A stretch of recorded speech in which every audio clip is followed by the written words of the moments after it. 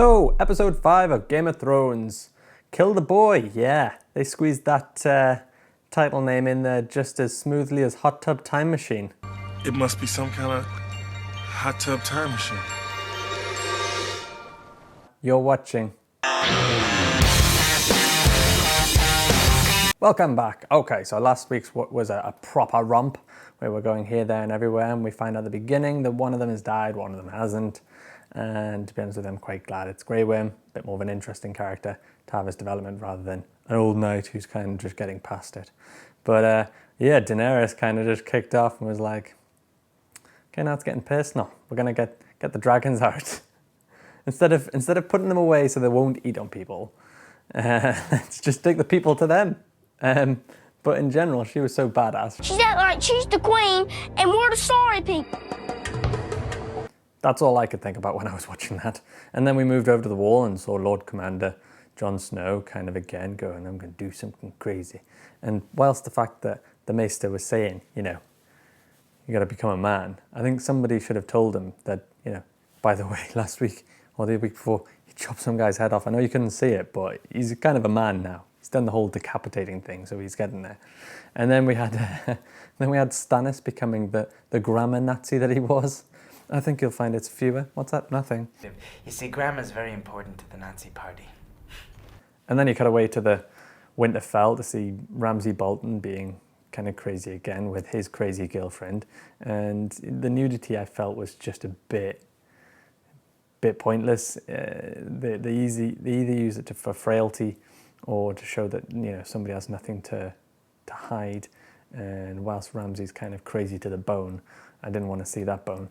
But all I could think about at the time was when she's called Miranda, all that came to my mind was Miranda Hart. There you go, sir. I think that as a scene in general is a bit pointless. You know, we could probably have just seen Sansa and Miranda having that kind of play off before Sansa got to see Theon. And then when Sansa walks along and she's like, oh, dog, sees it, it's Theon, she's all like, nope. Just runs off pretty much. Not gonna deal with that, can't deal with it. Come on, Sansa, you're meant to be this kind of new badass. But maybe she's just biding her time. That was I think the scene which was important, if you get rid of the kind of the power struggles in the bedroom with Ramsay and Miranda, I think that the bit in the dining right over the dining table was just quite brilliant. It was back to that kind of torture scenes where the audience is being, you know, really wound up by, you know, even though Theon betrayed his family a bit, you know, it gets us back to that empathy for him, and you're just screaming out for somebody to do it. And hopefully that, you know, this whole giving away at the wedding, that's going to be when sort of Theon either snaps back or Sansa just doesn't want to do it because Ramsay's a crazy little boy.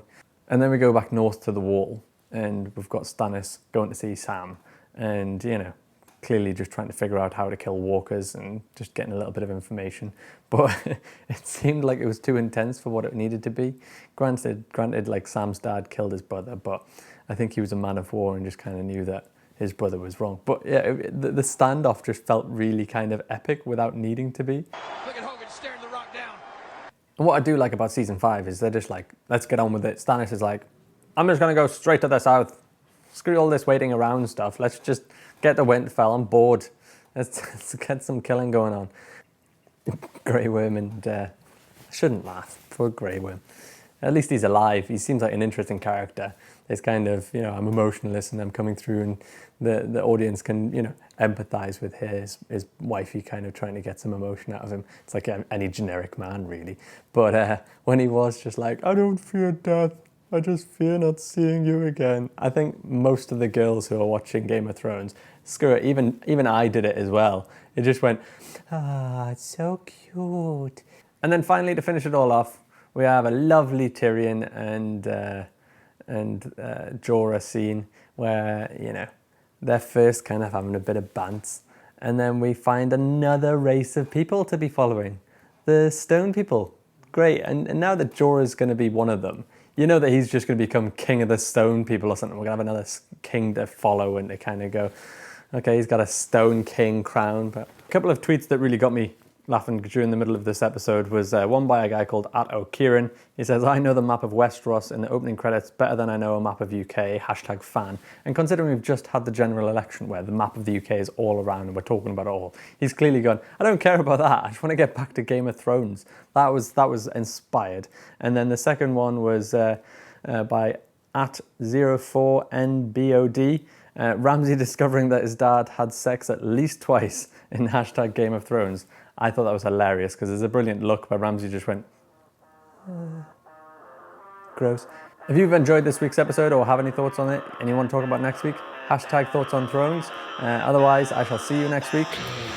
Bye-bye.